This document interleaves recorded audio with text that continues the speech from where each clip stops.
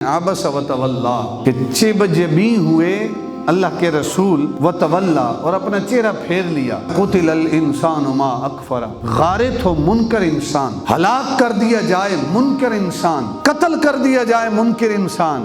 ما اکفرا، وہ کتنا احسان فراموش ہے. کافر انسان کی بات ہو رہی ہے کہ ہلاک کر دیا جائے. ما اکفرا، وہ کتنا احسان فراموش ہے. من ای شیء خلق، ایک حقیر پانی کے قطرے سے انسان کی تخلیق ہے. یہ کس گھمنڈ میں ہے، کس تکبر میں ہے، کس انا میں ہے، کس ذات پات کے چکروں میں ہے. میری ذات ایسی، میرا خاندان ایسا، میری شہرت ایسی، میرا نام ایسا، میری جائیداد ایسی، میرا بینک بیلنس ایسا. من نطفہ، انسان کی تخلیق کیا ہے؟ ایک بوند حقیر پانی جو کپڑوں پہ لگ جائے کپڑے ناپاک ہو جائیں. جب دولت، عہدہ اور منصب ملتا ہے اس وقت یہ بھول جاتا ہے کہ میرا نقطہ آغاز کیا ہے. پھر نصیر الدین نصیر شاہ صاحب نے بڑی خوبصورت بات کی. کیا ارشاد فرمایا؟ فرمایا اے انسان اتنا نہ اکڑ، نہ اتنے جذبات میں رہ، حد سے نہ گزر، دائرہ ذات میں رہ. ایک قطرہ ناپاک نسب ہے تیرا، اوقات یہی ہے تیری، اوقات میں رہ.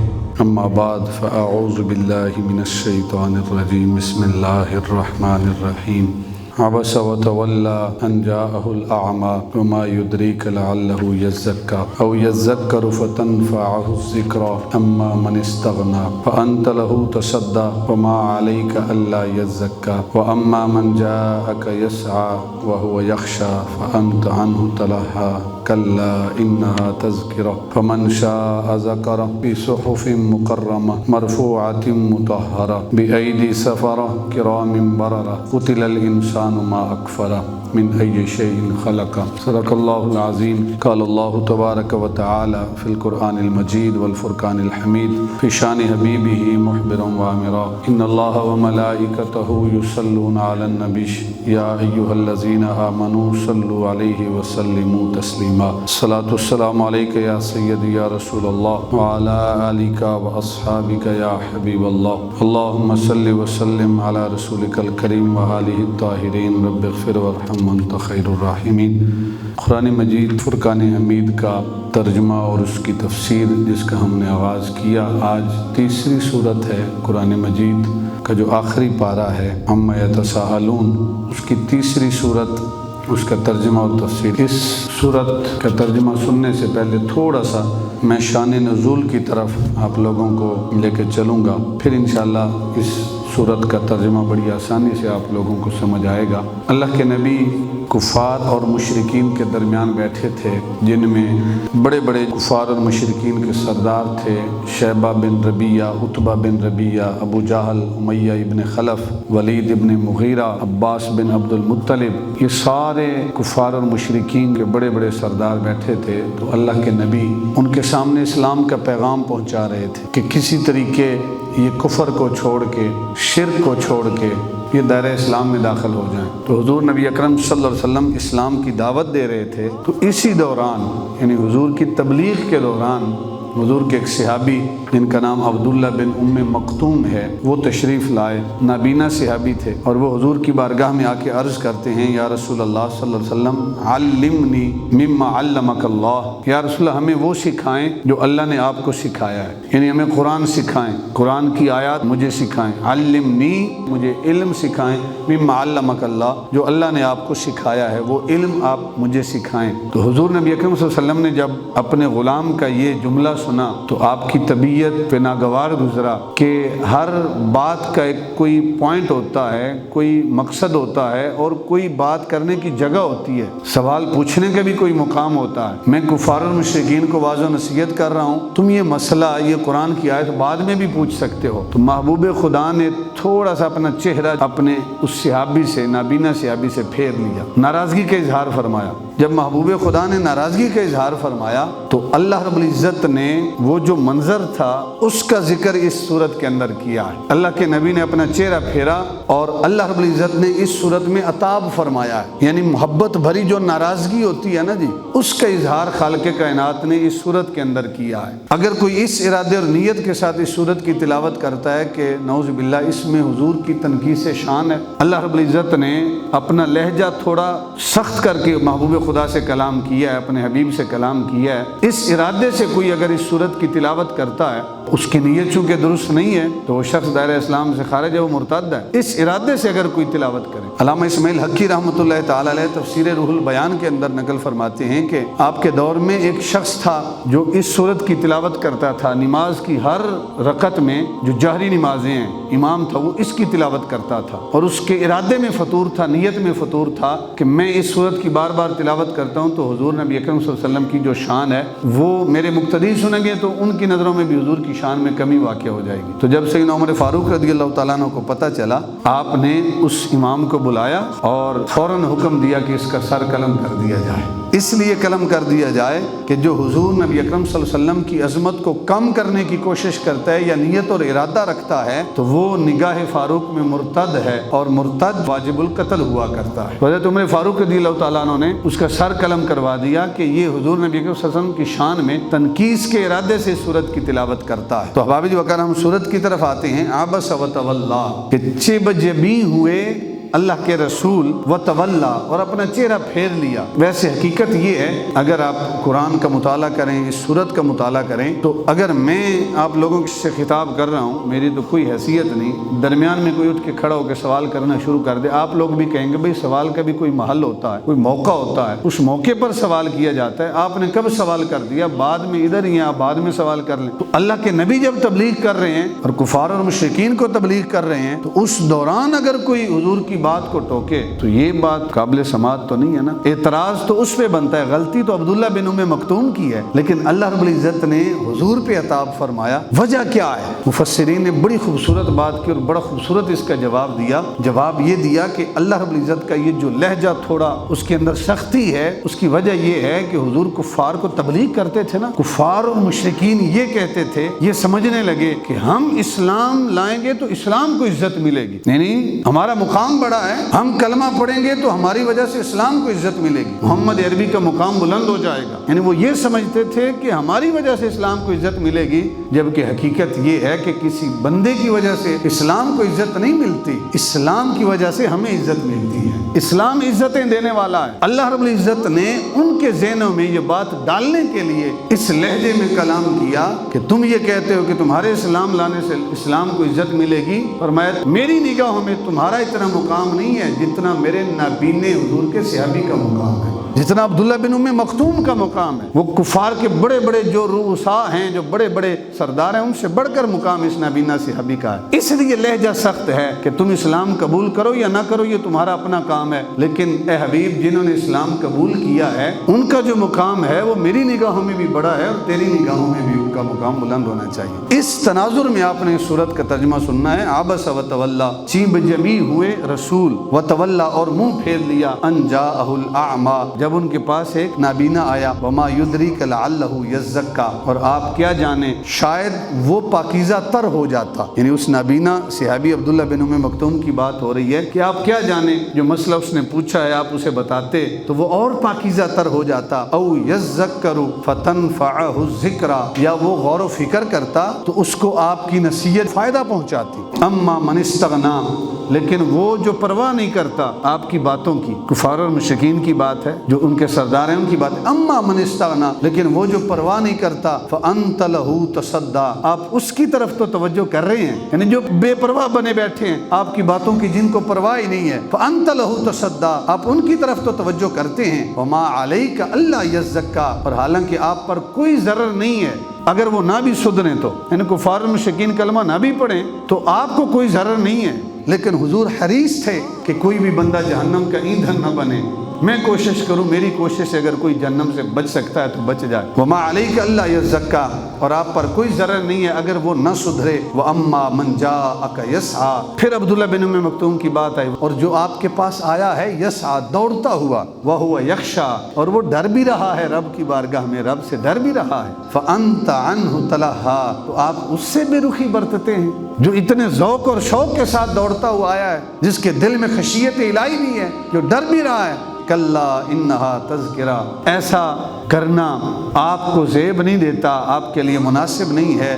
انہا تذکرہ یہ تو نصیحت ہے، قرآن کی بات ہو رہی ہے، انہا تذکرہ یہ تو نصیحت ہے، فمن شاء ذکرہ پس جس کا جی چاہے وہ اس نصیحت کو قبول کرے، اگر وہ نہیں کرتے جائیں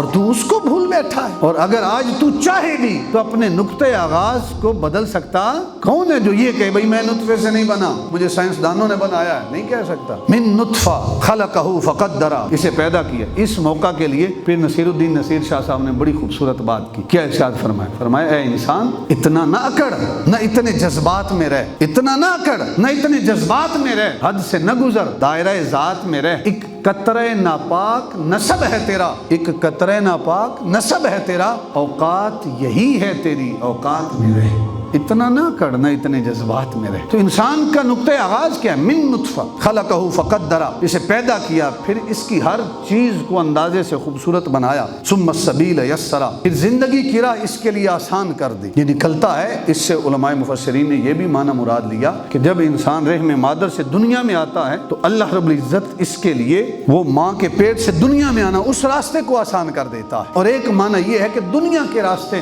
اللہ رب العزت اس انسان کے لیے ہموار کر دیتا ہے، آراستہ کر دیتا ہے، دولت کے انبار لگ جاتے ہیں اس کے لیے، اور یہ پھر بھی اپنے خالق کو بھول جاتا ہے جس ذات نے اسے سب کچھ دیا۔ ثم اماتہ فاقبرہ، یعنی وہ سارا پروسیس چلا، ثم اماتہ، پھر ارشاد فرمایا ہم نے اسے موت دی، فاقبرہ، اور پھر ہم اسے قبر دیں گے۔ یہ موت ایک مقام پہ آ کے یہ بھی نعمت بن جاتی ہے، قبر بھی نعمت ہے۔ اگر انسان اس کی عمر ڈھل جائے نا جی 60 70 80 سال، دادا بن جائے تو جو پوتے ہوتے ہیں وہ تھوڑی بہت کیئر کرتے ہیں، باپ کی تھوڑی زیادہ کرتے ہیں اور دادے کی اس سے تھوڑی کم کرتے، اور پردادا جو ہے اس کو تو پوچھنے والا ہی کوئی نہیں ہوتا۔ تو اس لمحے میں جا کے جب اپنے ساتھی دوست احباب سارے چلے جاتے ہیں، انسان خود کو مسافر خیال کرتا ہے اور مانگتا ہے باری تعالیٰ اس سے بہتر ہے موت آ جائے، میں تو اپنوں میں پرایا ہو گیا ہوں۔ ثم اماتہ، اس مقام پہ آ کے موت بھی رب کی ایک نعمت ہے، فاقبرہ، پھر ہم نے اس کو قبر دی، ثم اذا شاء انشرہ، پھر جب چاہیں گے ہم اس انسان کو دوبارہ زندہ کر لیں گے، ہم اس کو قبر سے اٹھائیں گے۔ کلا لما یقض ما امرا، یقیناً وہ بجا نہ لایا جو اللہ نے اسے حکم دیا تھا۔ لما یقض ما امر، جو ہم نے اسے حکم دیا تھا اس نے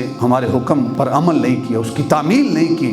فلینظر الانسان الی طعامہ، پہلے انسان کی نقطۂ آغاز کی طرف اشارہ کیا، اب ایک اور طرف اشارہ کیا کہ کسی طریقے انسان اپنے خالق کو اس کی معرفت حاصل کر لے۔ فرمایا اگر اپنی خلقت کے اوپر غور نہیں کرتا، اپنے نقطۂ آغاز پہ غور نہیں کرتا تو کم از کم اتنا کر لے، فَلْيَنْظُرِ الْإِنسَانُ إِلَىٰ طَعَامِهِ، ذرا غور سے دیکھے تو صحیح انسان کس کو، إِلَىٰ طَعَامِهِ، اپنی خوراک کو دیکھے، اپنے کھانے کو دیکھے۔ اس کے سامنے دسترخوان سجتا ہے، اس کے اوپر طرح طرح کے کھانے لگ جاتے ہیں، یہ لقمہ توڑتا ہے منہ میں رکھتا ہے، لیکن میری بارگاہ میں میرا شکر نہیں ادا کرتا۔ یہ نہیں دیکھتا یہ جو ایک لقمہ میں نے توڑا ہے، سالن سے لگایا ہے، وہ ایک جو لقمہ ہے وہ کتنے پروسیس سے گزر کے میرے منہ تک پہنچا ہے۔ پتہ نہیں کس کسان نے ایک گندم کا بیج زمین میں بویا تھا، اس سے ایک بالی نکلی تھی، اس کے اوپر 70 دانے تھے، تھریشر والے پتہ نہیں کہاں سے آئے تھے، مشین والے کہاں سے آئے تھے، کتنے کتنے لوگ تھے۔ اس گندم نے پھر پتہ نہیں کتنا سفر کیا، کرتے کرتے وہ بازار میں آئی، پھر وہ پیس کے آٹا بنا، اس کا آٹا پھر کتنی دکانوں پہ ہوتا ہوتا کسی گھر میں پہنچا۔ جب گھر میں پہنچا تو ہماری ماؤں بہنوں بیٹیوں نے اس کے اندر پانی ڈالا، اس کو گوندا اور گوند کے پھر اس کو تندور کی نظر کیا، اس کے ذریعے پکایا، پکنے کے بعد وہ تیار ہو کے دسترخوان میں سجتی ہے، ہمارے سامنے آتی ہے، ہم لقمہ توڑ کے منہ میں رکھتے ہیں، الحمدللہ نہیں کہتے کہ یہ ایک لقمہ کتنے پروسیس سے گزر کے آیا ہے۔ فَلْيَنْظُرِ الْإِنسَانُ إِلَىٰ طَعَامِهِ، انسان اگر اپنی خوراک کے اوپر، اپنے طعام کے اوپر غور و فکر کر لے تو رب کی معرفت اس کے اوپر ظاہر ہو جائے۔ فرمایا یہ اپنی خوراک کے اوپر غور کرے، اَنَّا صَبَبْنَا الْمَاءَ صَبًّا، ہم نے آسمان سے زور سے پانی برسایا، نہ برساتے تو کہاں سے یہ فصلیں اگتی۔ ثم شققنا الارض شقا، پھر ہم نے اچھی طرح زمین کو پھاڑا، شققنا الارض شقا، اگر زمین پتھر کی ہوتی کہاں فصل اگتی، اناج کہاں سے اگتا۔ پھر ارشاد فرمایا فانبتنا فیہا حبا، پھر ہم نے اگایا اس میں غلہ، جو بھی کاٹنے والی شے ہے وہ حبا ہے، وہ غلہ ہے، وہ کپاس ہے، وہ جو ہم گندم کھاتے ہیں وہ ہے، اس کے علاوہ منجی ہے، وہ بھی جس کو ہم کاٹتے ہیں اس کو حبا کہتے ہیں، ہم نے اگایا اس میں غلہ، وعنبا وقدبا، اور انگور اور ترکاریاں، عنبا کہتے ہیں انگور کو، اور قدبا کہتے ہیں اس فصل کو کہ جس کو ایک مرتبہ کاٹتے دوبارہ پھر وہ اگ کے آ جاتی ہے، اس کی جڑیں دوبارہ اگ کے آ جاتی ہیں۔ آپ وہ شٹالہ یا کیا اس کو کہتے ہیں، رجکا، ایک مرتبہ کاٹیں دوبارہ پھر اگ کے آ جاتا ہے۔ اسی طرح پالک ہے، اس کو آپ ایک مرتبہ کاٹیں دوبارہ پھر سے تازہ ہو کے آ جاتی ہے، اس کو قدبہ کہتے ہیں۔ وعنبا وقدبا، انگور اور ترکاریاں یہ کس نے اگائی ہیں؟ یہ خالق نے اگائی۔ پھر ارشاد فرمایا وزیتون ونخلا، اور زیتون اور کھجوریں یہ کس نے اگائی؟ یہ خالق کائنات نے۔ وحدائق غلبا، اور گھنے باغات، غلبا کہتے ہیں جس کھجور کا، جس درخت کا تنا صحیح چوڑا ہو اور زمین کے اندر اس کی جڑیں بھی ہوں، اس کو غلبا کہتے ہیں۔ وحدائق غلبا، اور گھنے باغات، وفاکہۃ وابا، اور طرح طرح کے پھل، وابا، اور تمہارے مویشیوں کے لیے چارہ، گھاس پھوس، یہ کس نے اگائے ہیں؟ یہ خالق نے اگائے ہیں۔ فلینظر الانسان الی طعامہ، انسان اپنے طعام کو دیکھے، اپنی خوراک کو دیکھے۔ متاعا لکم ولانعامکم، یہ سامان زیست ہے، زندگی گزارنے کا سامان ہے، لکم تمہارے لیے، ولانعامکم اور تمہارے جانوروں کے لیے۔ یہ دوسرا زاویہ ہے انسان کو سمجھانے کے لیے، بھئی اپنی خوراک کو دیکھ، اگر ہم تجھے خوراک نہ دیتے تو کیسے ایک دن بھی زندگی گزار سکتا؟ اللہ نے اس طرف اشارہ دیا کہ اپنے رب کو پہچان، اپنے رب کی معرفت حاصل کر۔ زندگی رب نے اس لیے دی ہے تاکہ تو اس کو پہچان سکے۔ آگے پھر اچانک موضوع بدل دیا۔ موضوع کیا ہے؟ فَإِذَا جَاءَتِ الصَّاخَّةُ، پھر جب کان بہرا کرنے والا شور اٹھے گا۔ فَإِذَا جَاءَتِ الصَّاخَّةُ، اور اس سے مراد کیا ہے؟ نفخہ ثانیہ، جب اسرافیل علیہ السلام دوسری مرتبہ سور میں پھونکیں گے نا۔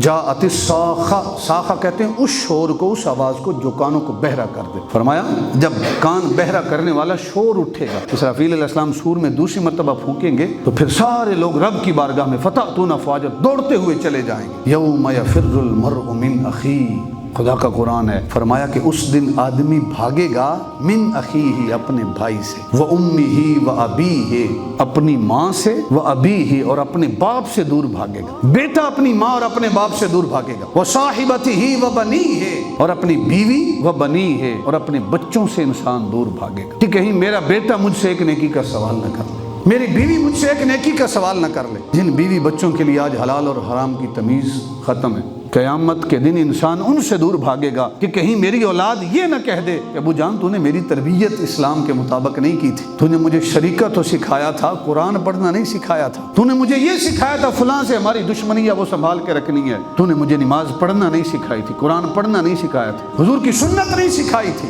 باپ اپنے بیٹے سے دور بھاگے گا، اپنی بیوی سے، شوہر دور بھاگے گا۔ لکل امرئ منہم یومئذ شأن یغنیہ، ہر شخص بے پرواہ کر دے گی، دوسرے لوگوں سے بے پرواہ کر دے گی۔ انسان کو صرف اپنی پڑی ہوگی، بھئی میں بچ جاؤں، کوئی اور جہنم میں جاتا ہے تو چلا جائے، میرا بھائی جاتا ہے چلا جائے، باپ جاتا ہے چلا جائے، بیوی بچے جاتے ہیں چلے جائیں، آج کے دن میں بچ جاؤں، آج اللہ اپنے جلال میں ہے، آج کا دن بڑا سخت ہے، میں آج کے دن بچ جاؤں۔ ایسی افراتفری کا عالم ہوگا۔ اللہ کے نبی کا فرمان ہے، حضور نبی اکرم صلی اللہ علیہ وسلم نے ارشاد فرمایا، حضرت عبداللہ ابن عباس راوی عن النبی صلی اللہ علیہ وسلم، ترمذی شریف کی 3332 نمبر حدیث مبارکہ ہے، قال تحشرون حفاتا عراتا غرلا، محبوب خدا نے ارشاد فرمایا قیامت کے دن تمہارا حشر ہوگا کس انداز میں؟ تمہارے پاؤں میں جوتا نہیں ہوگا، ننگے پاؤں، تانبے کی زمین ہے، سورج ہوا نیزے کے اوپر ہے، انسان پسینے سے شرابور ہے، یہ دوپہر کے وقت اس سڑک کے اوپر کوئی پاؤں نہیں رکھ سکتا، اتنی تپش ہوتی ہے، اور تانبے کی زمین ہو تو کون اس کے اوپر پاؤں رکھ سکتا ہے؟ محبوب خدا نے ارشاد فرمایا حفاتن،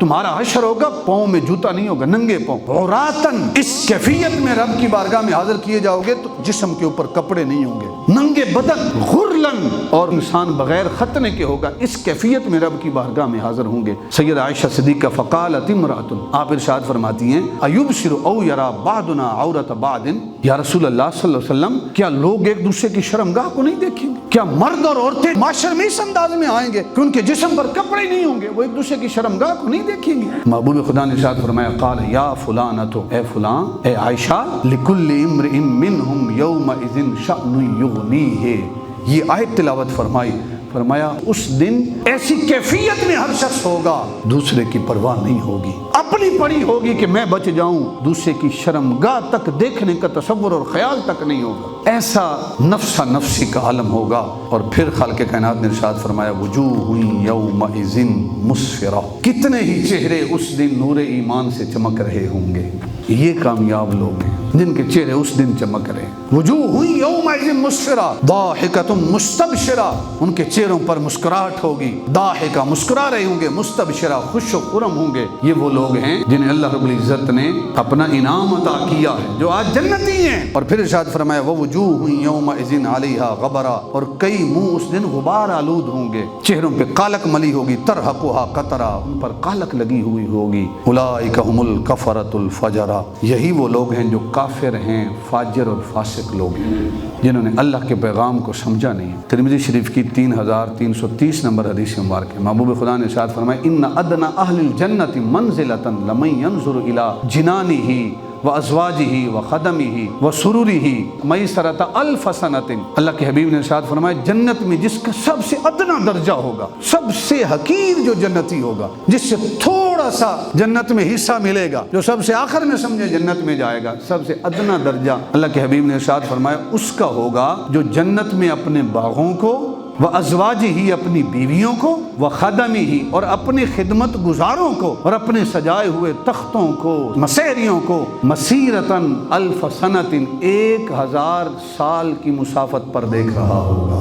1000 سال کی مسافت پر اپنی بیوی کو، اپنے خدمت گزاروں کو، اپنے سجے ہوئے تختوں کو اور مسیریوں کو 1000 سال کی مسافت پر دیکھ رہا ہوگا۔ اور پھر ارشاد فرمایا وَأَكْرَمُهُمْ عَلَى اللَّهِ عَزَّ وَجَلَّ مَن يَنظُرُ إِلَى وَجْهِهِ غُدْوَةً وَعَشِيَّةً، اور سب سے بڑا مقام جنتی اس کا ہوگا جو صبح و شام اپنے رب کا دیدار کر رہا ہوگا۔ یہ وہ جنتی ہے جسے رب نے مقام عطا کیا۔ پھر سرکار نے یہ آیت تلاوت فرمائی سورہ قیامہ کی، ثم قرأ رسول اللہ صلی اللہ علیہ وسلم وجوہ یومئذ ناظرہ الی ربہا ناظرہ، کہ اس روز بہت سے جو چہرے ہوں گے، یہاں ارشاد فرمایا وجوہ یومئذ مسفرہ، اس روز بہت سے چہرے نور ایمان سے چمک رہے ہوں گے۔ یہاں ارشاد فرمایا وجوہ یومئذ ناظرہ، اس روز بہت سے چہرے تر و تازہ ہوں گے، الی ربہا ناظرہ، اور اپنے رب کی طرف دیکھتے ہوئے ہوں گے، اپنے رب کا دیدار کر رہے ہوں گے۔ یہ کامیاب ہیں جن کے چہرے قیامت کے دن چمک رہے ہوں گے، اور قیامت کے دن اگر چہروں پر افسردگی چھا گئی تو یہ ناکام لوگ ہیں، خائب و خاسر لوگ ہیں۔